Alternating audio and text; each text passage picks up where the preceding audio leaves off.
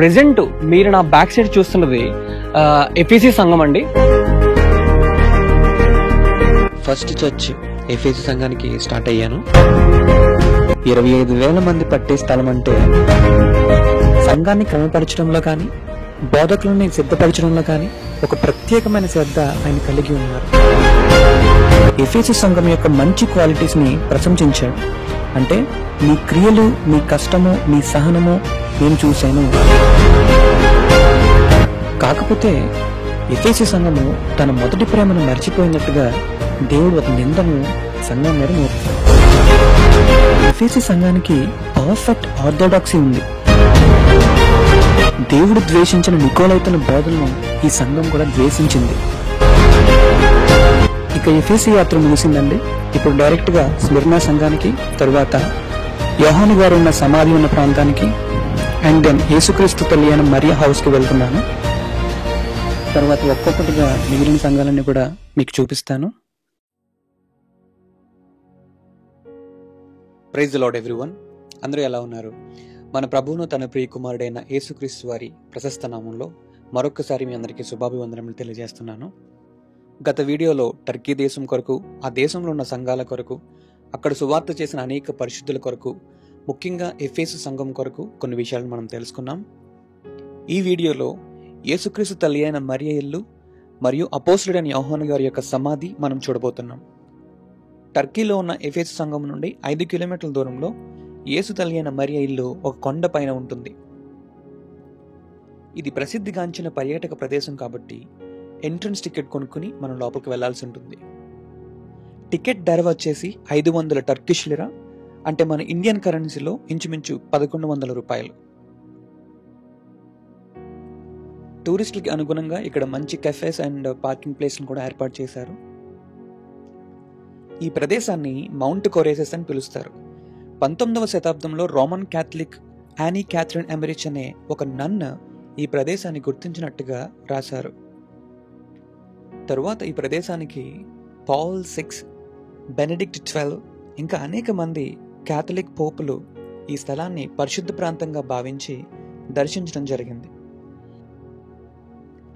యేసుక్రీస్తు వారి భౌతిక శరీరానికి తల్లి అయిన మరియా తన వృద్ధాప్యంలో ఈ ప్రదేశంలో నివసించారని, యోహాను సంరక్షణలో ఇక్కడే తన చివరి క్షణాలు గడిపారని చెబుతూ ఉంటారు.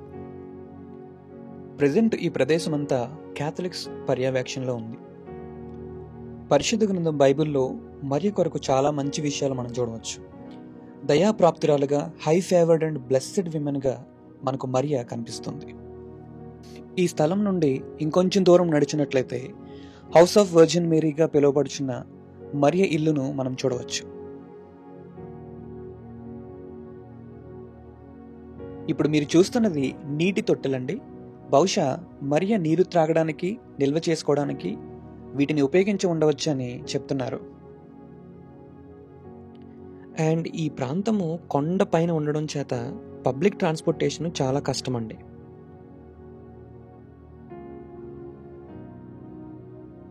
కొండ పైభాగాన్ని చేరుకున్న తర్వాత ఈ మార్గం గుండా ప్రయాణించవలసి ఉంటుంది. ఉదయం 8 గంటల నుండి సాయంత్రం 5 గంటల వరకు పర్యాటకులకు ప్రవేశం ఉంటుందండి. ప్రత్యేకమైన శ్రద్ధలతో ఈ ప్రాంతానికి మరమ్మతులు చేసి నూతనంగా పునరుద్ధరించి రాతితో నిర్మించబడిన యేసుక్రీస్తు తల్లి అయిన మరియ నివసించిన ఇల్లును ఇప్పుడు మనం చూస్తున్నాం. ఈ ప్రదేశంలో ప్రతిరోజు కూడా 2 ఫాదర్స్, 2 నన్స్ డ్యూటీస్ వారీగా పనిచేస్తున్నారు.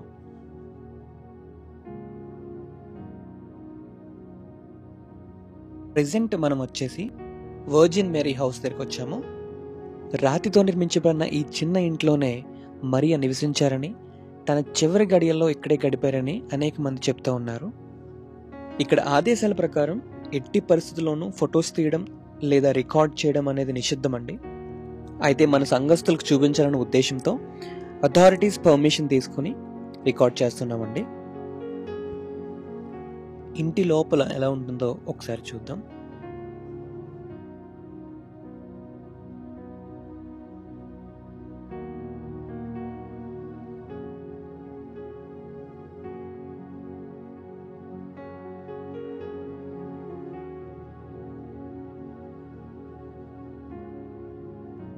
లోపల ఒక రాతితో చేయబడిన మరియ విగ్రహము, 2 నన్స్, వాళ్ళు ప్రార్థన చేసుకోవడానికి వీలుగా బల్లలు, కొన్ని క్యాండిల్స్ మరియు నిశ్శబ్దంగా ఉండే ఫాదర్స్ ఉన్నారండి.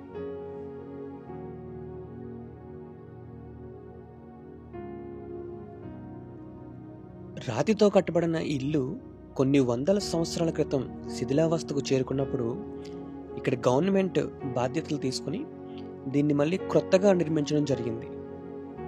ఈ ఇల్లు ప్రక్కనే కొన్ని కుళాయిలను ఏర్పాటు చేశారు.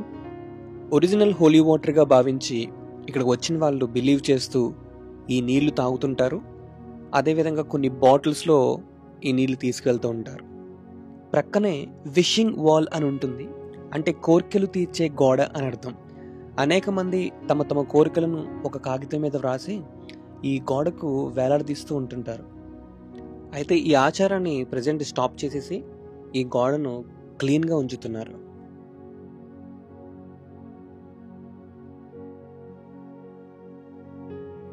ఇంకా మరియ విషయానికి వస్తే, క్రైస్తవులకు యేసు తల్లి అనే మరియ కొరకు ప్రత్యేకంగా చెప్పనవసరం లేదు. ప్రపంచంలో ఎందరో కన్యకలుండగా దేవుని చేత ఎన్నుకోబడి దేవుని దూత అయిన గాబ్రియేలు దర్శనం పొందుకొని లోకరక్షకుని తన గర్భంలో మోసి పుణ్యస్త్రీగా మరియు కన్య మరియగా ప్రపంచమంతటా కొనియాడబడుతుంది. మరియ విశ్వాసం కూడా చాలా గొప్పది. దేవునికి లోబడడంలో, దైవ చిత్తాన్ని అంగీకరించడంలో మరియ తన సాక్ష్యాన్ని కాపాడుకుంది. యేసుక్రీస్తు వారి కోసం చాలా బాగా తెలిసిన వ్యక్తి తన తల్లి. కానాను విందులో ద్రాక్షరసం అయిపోయినప్పుడు ప్రజలంతా గందరగోళంలో పడే సమయంలో ఈ యేసు తప్ప ఈ సమస్యను ఇంకెవరూ పరిష్కరించలేరని తల్లి అయిన మరియ గుర్తించింది. అందుకే శిష్యులను పిలిచి ఆయన మీతో చెప్పినది చేయుడు అని చెప్పింది మరియ. నాకు తెలిసినంత వరకు మరియ అంత గొప్ప ధనిక కుటుంబం నుండి ఏమీ రాలేదు.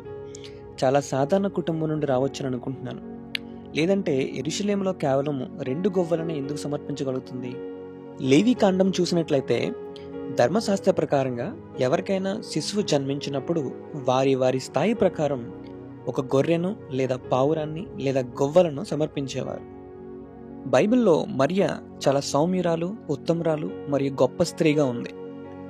ఒక రోజున యేసుక్రీస్తు వారు బోధిస్తుండగా ఆ సమూహం నుండి ఒక స్త్రీ లేచి, నిన్ను మోసిన గర్భము ఎంతో గొప్పదని మరియను గూర్చి కేకలు వేసినప్పుడు యేసు ప్రభువారు, అవును గాని దేవుని వాక్యము విని దానిని గైకొను వారు మరీ ధన్యులని చెప్పారు. మీనింగ్, వాక్యము అన్నిటికంటే గొప్పది మరియు శక్తివంతమైనదని అర్థం. ఇంకా ఈ చోటు నుండి అపోస్తలుడైన యోహాను గారి సమాధి ఉన్న ప్రాంతానికి వెళ్తున్నాము. ఇది ఎఫెసు సిటీ సెంటర్లో ఉంది. ఇప్పుడు మీరు చూస్తున్నది ఎఫెసు పట్టణంలో ఒక ప్రాంతము.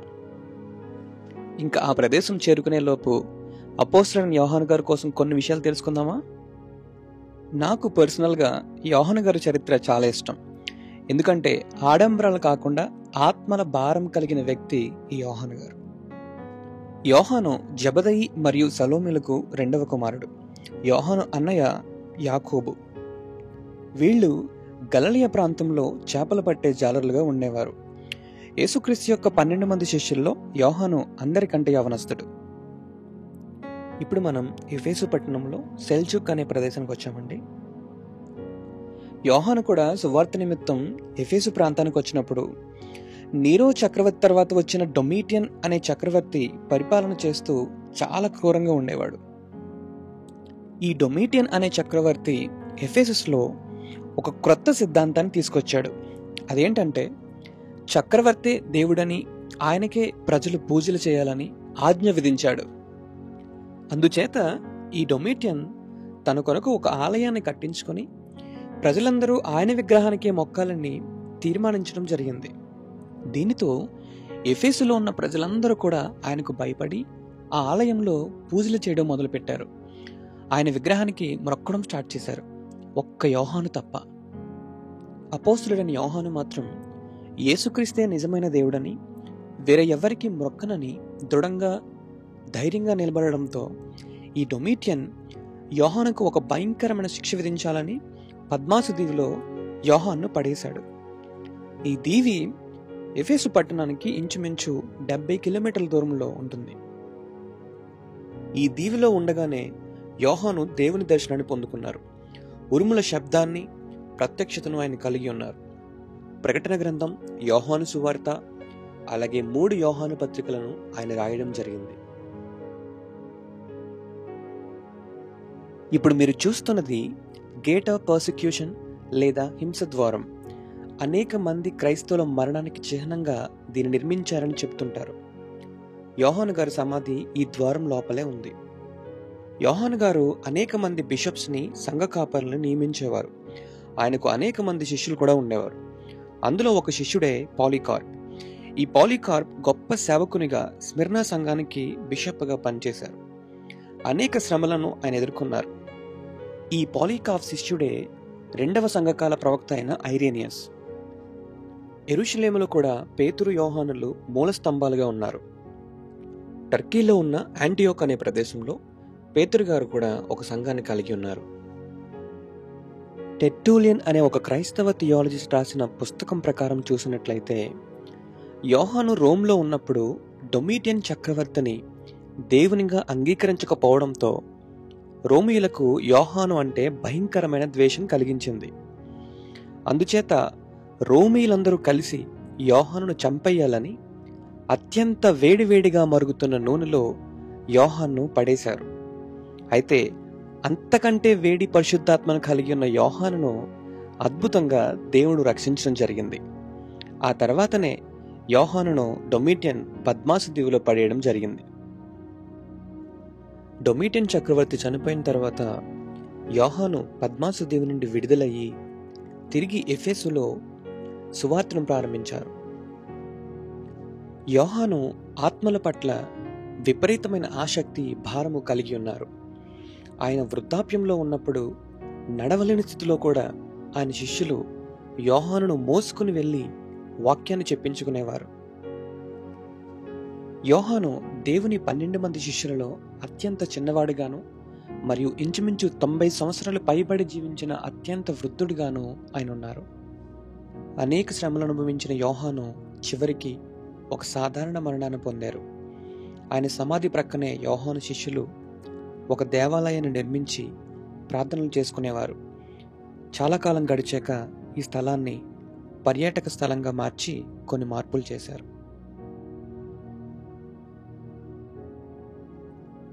గొప్ప విషయం ఏమిటంటే, యోహాను గారి సమాధి నుండి అప్పుడప్పుడు గాలికి లేచే ధూళి అనేక మంది రోగుల మీద పడినప్పుడు వారు స్వస్థత పొందుకునేవారని ఇక్కడ చెప్తుంటారు. అంత గొప్ప పరిశుద్ధాత్మను కలిగి ఉన్న అద్భుతమైన దేవుని సేవకునిగాను, దేవుని 2వ రాకడ గురించి క్షుణ్ణంగా తెలిసిన వ్యక్తిగాను మరియు నమ్మకమైన అపోస్తులుగాను యోహాను ఉన్నారు. ఇక ఈ ప్రాంతం నుండి హోటల్కి బయలుదేరిపోయామండి. ఇంతకుముందు మేము ఎఫెసు సంఘానికి దగ్గరలో ఉన్నాము. మరి ఇప్పుడు స్మిర్నా అండ్ మిగిలిన సంఘాలను దర్శించడానికి వీలుగా వేరొక హోటల్కి మారాము. నెక్స్ట్ వీడియోలో మిగిలిన సంఘాలను దర్శించి వాటి కోసం క్లుప్తంగా తెలుసుకుందాం. Pray for me as I pray for you. See you soon. God bless you all.